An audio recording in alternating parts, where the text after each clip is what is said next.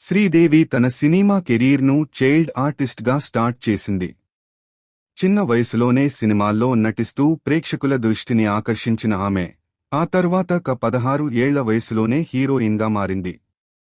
Telugu cinema పరిశ్రమలో ఎన్టీఆర్, ఏఎన్ఆర్, కృష్ణ, శోభన్ బాబు, కృష్ణం రాజు, చిరంజీవి, నాగార్జున, వెంకటేష్, రజనీకాంత్, కమల్ హాసన్, అనిల్ కపూర్ వంటి అప్పటి అగ్ర హీరోల సరసన హీరోయిన్గా నటించి మంచి పేరు, ప్రఖ్యాతలు సంపాదించుకుంది.